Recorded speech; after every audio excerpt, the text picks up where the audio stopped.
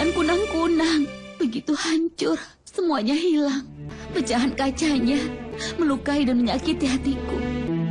Aku terluka. Bukankah ayah setidaknya sangat percaya padaku? Bukankah dia tahu nilai-nilai yang telah diajarkan padaku? Ayah sudah banyak sekali memanjakanku. Alasan utama dari cinta yang tidak bisa diguncangkan oleh seorang anak saat orang tua sedang dalam dilema. Aku tidak mau menolak untuk berkorban, kakak. Ayah sebelumnya tidak yakin padaku. Tapi sebagai seorang tuan putri, aku akan menerima keputusannya. Kalau aku tidak bisa menemukan di mana kebahagiaanku, kebahagiaan rakyat harus diutamakan, maka sudah saatnya menganggap apa yang ada sebagai kebahagiaan. Semua itu nilai-nilai yang diajarkan orang tua kita. Anak laki-laki berhak atas kemakmuran ayahnya, sedangkan anak wanita memiliki nilainya. Pernikahan ini masih bisa aku terima. Sekarang bersiap-siaplah untuk lanjut ke Hastinapura.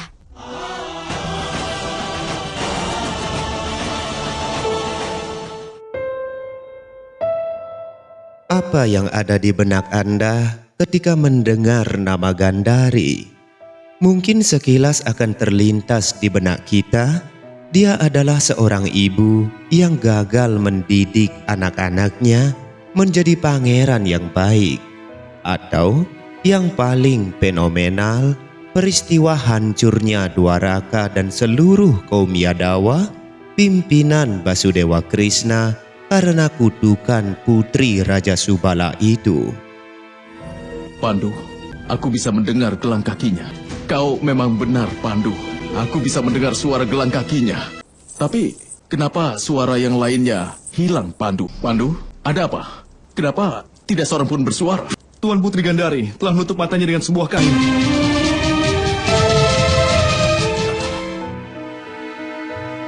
Dia melewati banyak peristiwa pahit dalam hidupnya yang mungkin tidak mudah untuk bisa diterima semua orang kecuali oleh Gandari. Dialah pahlawan Gandara sesungguhnya. Ketika Bhisma datang dengan kekuatan Hastinapura untuk melamarnya, Gandara dan seluruh rakyatnya akan hancur porak-poranda.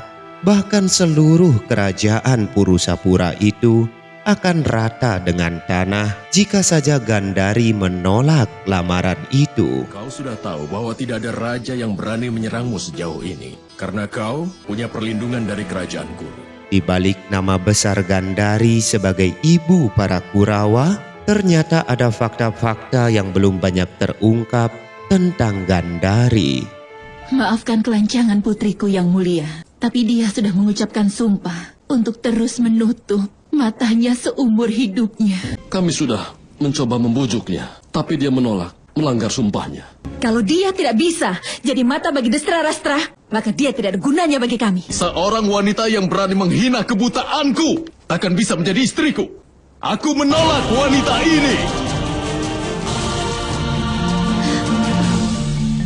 Gandari, putri Raja Subala dari Gandara, adalah sosok yang penuh kebijaksanaan dan keteguhan. Tumbuh di istana Gandara dengan segala kemewahan dan kasih sayang, terutama dari kakaknya, pangeran mahkota Gandara, yaitu Shakuni. Itu sumpahku.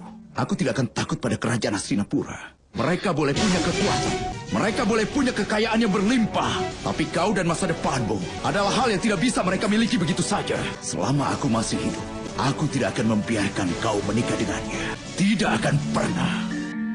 Bhisma, pemimpin yang sangat dihormati dari Hastinapura, meminta Gandari menikah dengan Drestarastra, pangeran buta dari dinasti Kuru.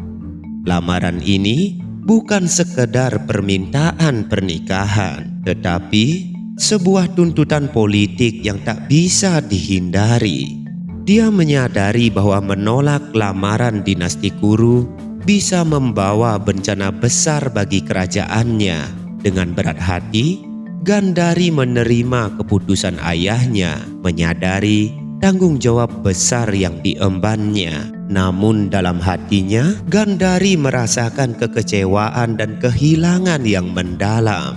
Dia merasa hidupnya telah dirampas oleh keangkuhan dinasti Kuru yang memaksanya meninggalkan tanah kelahirannya dan menikahi seorang pangeran buta yang tidak dia kenal. Pada hari pernikahannya, Gandhari melakukan tindakan yang akan dikenang selamanya. Dia menutup matanya dengan secarik kain, sebuah simbol pemberontakan terhadap nasib dan keangkuhan dinasti Kuru. Aku telah meninggalkan istana ayahku, Tuanku, untuk menjadi separuh dari dirimu. Kalau ternyata kau kini menolakku, maka berarti aku harus masuk ke dalam api suci. Putri, kalau kau datang ke sini untuk menikah, lalu apa alasanmu menutup mata? Sesungguhnya kau harus tahu bahwa Pangeran Kuru membutuhkan seorang istri yang bisa menjadi mata baginya. Seorang istri sejati yang bisa melengkapi suaminya. Mohon terimalah salamku, Tuanku. Aku tidak menganggap Tuanku tidak mampu. Dan soal saling melengkapi tidak jadi masalah di sini. Bagiku Tuanku bukan tidak lengkap, tapi hanya sedikit berbeda dari yang lain. Dan demi menjadi pasangan sejatinya, aku harus menerima gaya hidup yang berbeda ini. Tapi perasaan dari seorang yang buta hanya bisa dimengerti oleh sesamanya.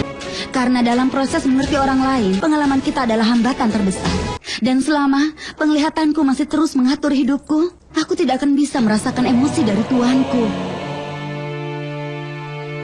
Menutup matanya bukan hanya tanda kesetiaan kepada Dristarastra, tetapi juga pernyataan tegas bahwa dia menolak untuk melihat dunia yang telah merampas kebahagiaannya. Harusnya kau memikirkannya dulu, Putri, sebelum mengambil sumpah yang seperti itu. Tapi pemikiran hanya menghasilkan keputusan. Sebuah sumpah lahir dari perasaan murni dari sebuah hati.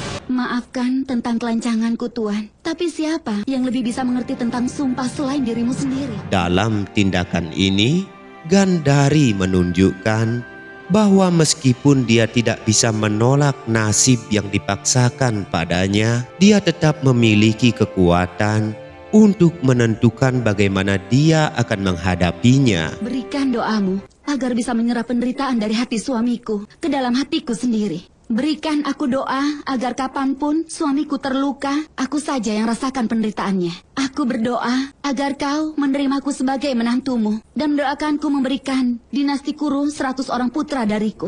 Dan berikan aku kesempatan untuk menerima kegelapan dari hidup suamiku. Dan setelah mendengar semua ini, apakah keputusan Tuan sekarang?